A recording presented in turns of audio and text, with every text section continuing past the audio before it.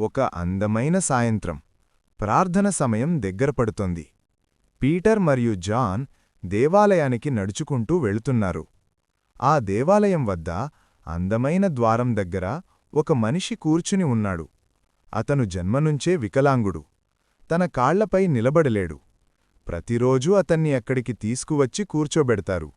వెళ్లేవాళ్లను చూసి ఏదైనా ఇవ్వండి అని అడుగుతాడు. ఆ రోజు కూడా అలాగే. అతను పేతురు యోహాను దగ్గరకు చూసి తన చేతిని ముందుకు చాపాడు. దయచేసి కొంత సహాయం చెయ్యండి అని అడిగాడు.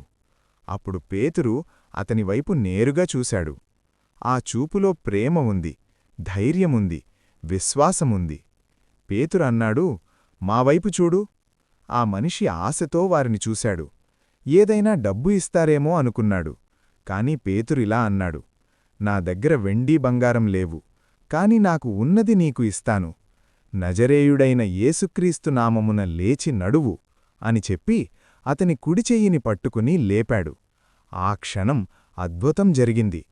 ఆ మనిషి కాళ్ళు వెంటనే బలంగా మారాయి.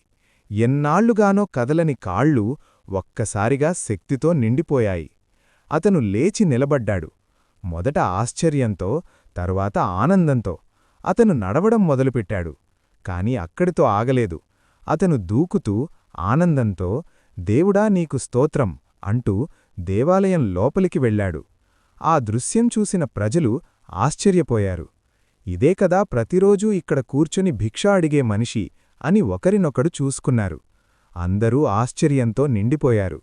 దేవుని శక్తి ఎంత గొప్పదో చూసి ఆశ్చర్యపోయారు. మన జీవితంలో కూడా సమస్యలు, బాధలు ఉంటాయి. కాని దేవునిమీద విశ్వాసముంటే ఒక్క క్షణంలోనే పరిస్థితులు మారిపోతాయి. దేవుని శక్తి అసాధ్యాన్ని సాధ్యం చేస్తుంది.